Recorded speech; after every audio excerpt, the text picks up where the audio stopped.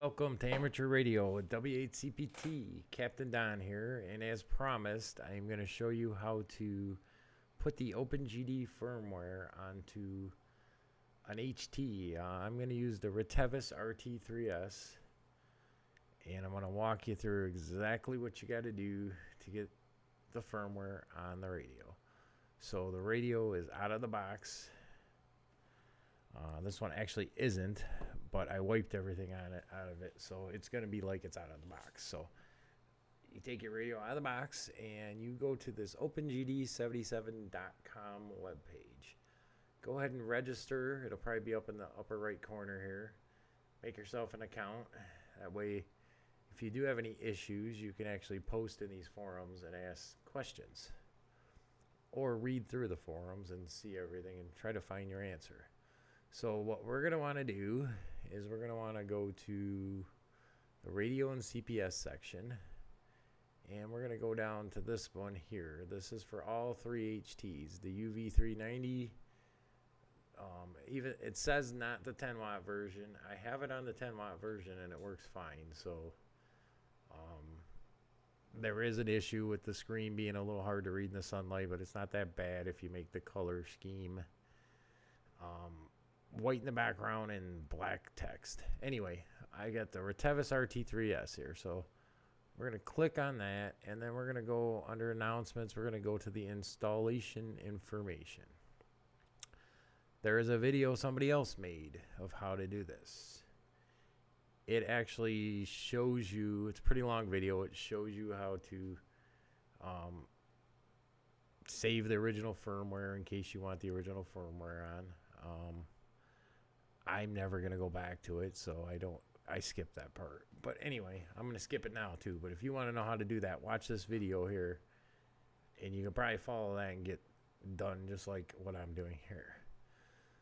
So it says before installing, you should have a copy of the official firmware that works with your radio in case you need to reinstall it. That's what I just mentioned.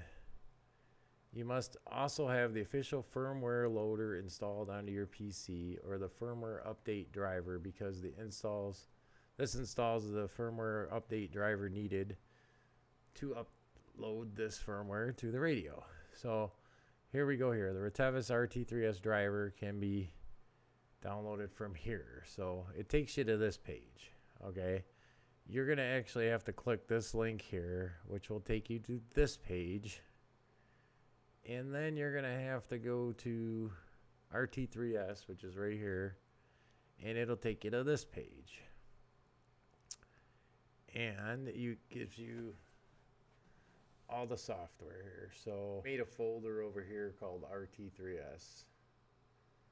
I'm going to make another folder in it that's called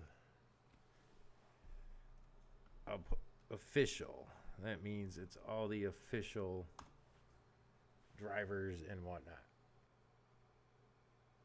GPS software. So this is software for the one with the GPS. This is a software for the one without the GPS. So let's go ahead and download that. Even though we're not going to use this original firmware, we're going to go ahead and, so here it is up here. And we're going to open the folder. This is the GPS version. So we're going to hit extract, and we're still in that same folder. No, we're not. We got to browse and find that folder. So we're in it now, official. Select folder and extract. So now this is opening up the extracted files. And it looks like we have this application one right here. So we're going to go ahead and double click on that, and it's going to install the original software on our computer. So you're going to want to click run using compatibility settings. Click yes to that, and then go ahead and install the firmware. This should install the drivers and everything that you need. I just seen it said USB drivers. So now we know we have everything we need on the computer. So you can just close everything out now and go back to our instructions here for this.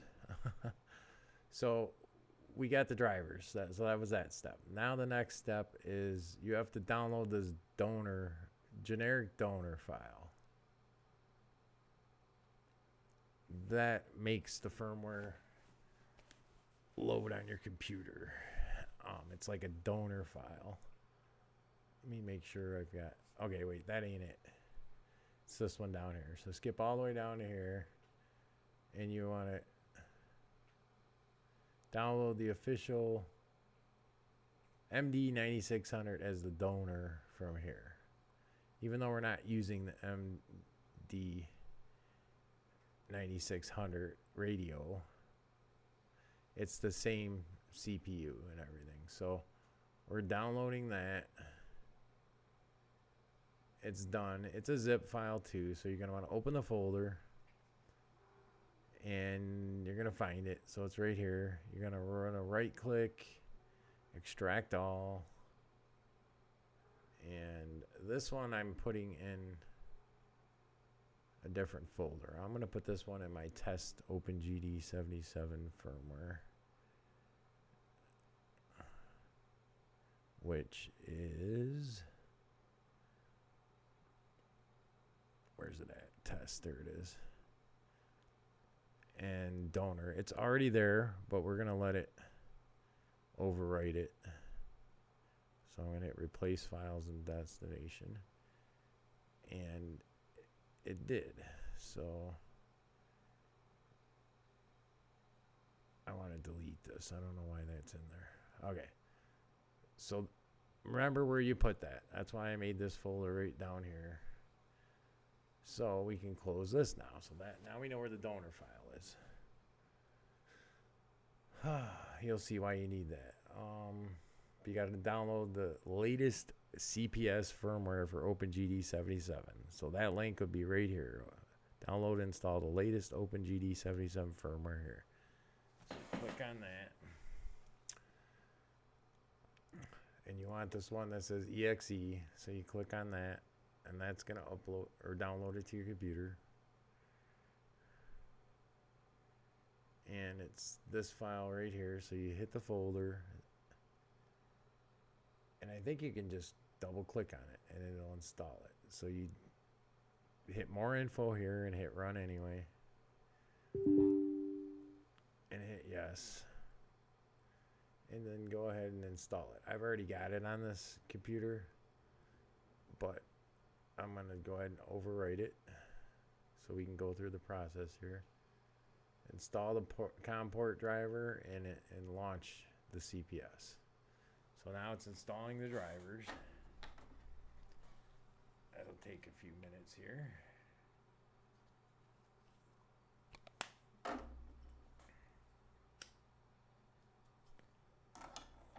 We can actually minimize all this and go back, because there's another step we got to do. So go back to this page, and you're going to want to download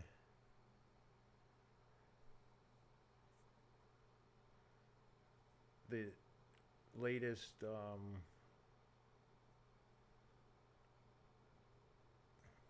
alpha firmware version. So that would be this one, and it works for the Retevis and all of them. So you click on that, and we want to pick the UV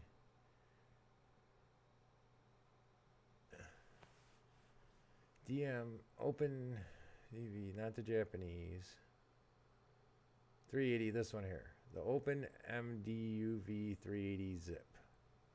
You want to do that one, and then extract that one to a folder. So right click, extract all, find your folder, and I'm going to make a new folder in here just so we don't get confused. RT3S, and I'm going to put it in there. So select that folder and hit extract.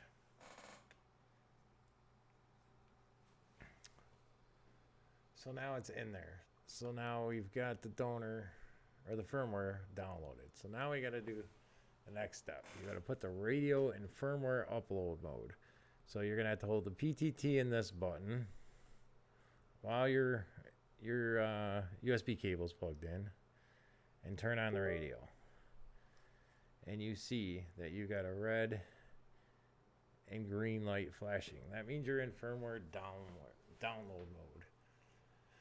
So you can read all this if you want, but I've done this a few times, so I know what to do. So now I'm gonna open up the CPS.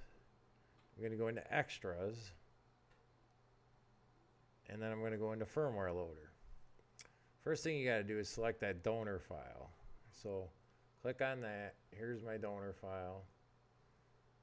And it says the official firmware file has been verified and open firmware uploads will now have DMR functionality. So we're good there. But we have to select the RT3S.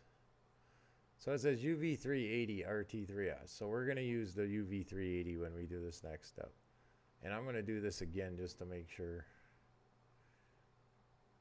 because I didn't have it checked. Check the radio that you have.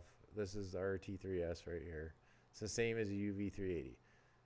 Select open firmware. We put it in this RT3S. It's not showing up. Change the legacy firmware files, and there's your open MD UV390 bin. Double click on that, and look, it's putting it on the radio. So it's right now it's erasing what was on there from the factory, and now it's writing the okay, it says uploads complete, so we should be done. So now that's my custom screen, and I already have everything in here, so it must have recognized that I already had everything in here. But that's how you do it. It's done. Yours will come up with generic, no channels. So here's, you can't see any of my channels right now, but here, let's read this radio.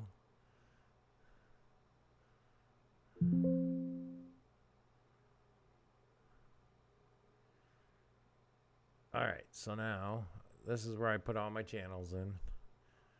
When you want to add a channel, you hit this plus, and then you can change all this information. It'll probably put it way down here at the bottom, and then you're going to have to move it up with Control U or something. It tells you, I think. Move up, Control U, yeah. You can move it up to where you want. Or you just put them in order.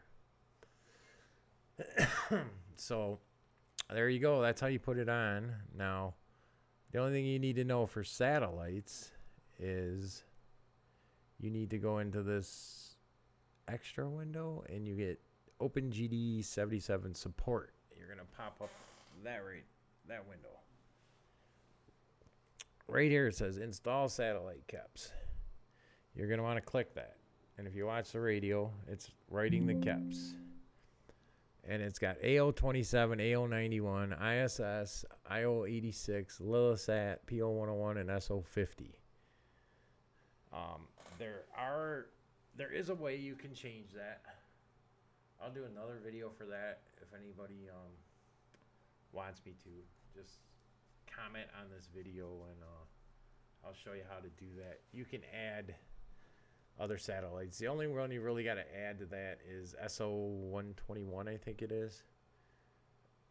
All the Tevils are gone. They burned up in the atmosphere. Hopefully they'll send up some more. But this install satellite caps, you're going to want to do that at least every day before you start working satellites. I would. If you don't, I would do it at least every 3 days for the ISS at the most, and every week for the rest of them. But anyway, in a nutshell, that's how you do it. Like I said, there's also that video. Let me close this out. There's also that video on their page, this one here. And the way you get to that, let's start. This is OpenGD77.com. So you're going to want to go to this link right here, and then this installation information. This is basically everything I went through to tell you how to do this. And then there's their video. That was really loud, but it's 20 minutes long.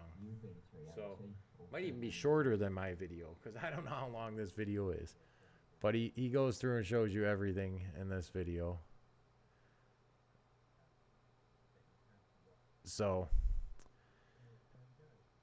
you might want to watch that first, and then if you follow mine, it'll make more sense, I guess. But maybe that video will be enough. But there you go. There's two options for trying to get this on your HT. Now, if you're doing that, if you're using the 10-watt version of the UV390, let me open up this folder real quick. When you get to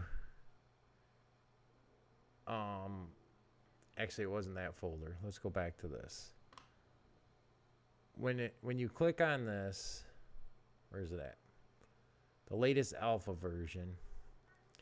You've got right here. That's the one you're going to want to use. The OpenGD UV390 10-watt plus. Use that one, and it'll work on the 10-watt version. So anyway, I am going to go ahead and end this video. It's probably been way too long anyway. If you have any questions or need some help, you can try to get a hold of me. I'm on Facebook. I have a Facebook group that you can add yourself to. It's called Amateur Radio with W8CPT. And you can also look me up on QRZ. Let's see what I have on there to make sure. So here's my page. If you mouse over here, some people don't have an account where you can see this. There's my email. And then if you scroll down my page, I have a web page, Captain Don Space Odyssey.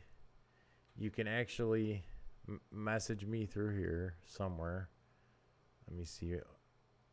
Contact right here. I got some links here. Let me go through these links because they're helpful. That's my All-Star hub. Hopefully I got it linked to the right one. Okay, I do.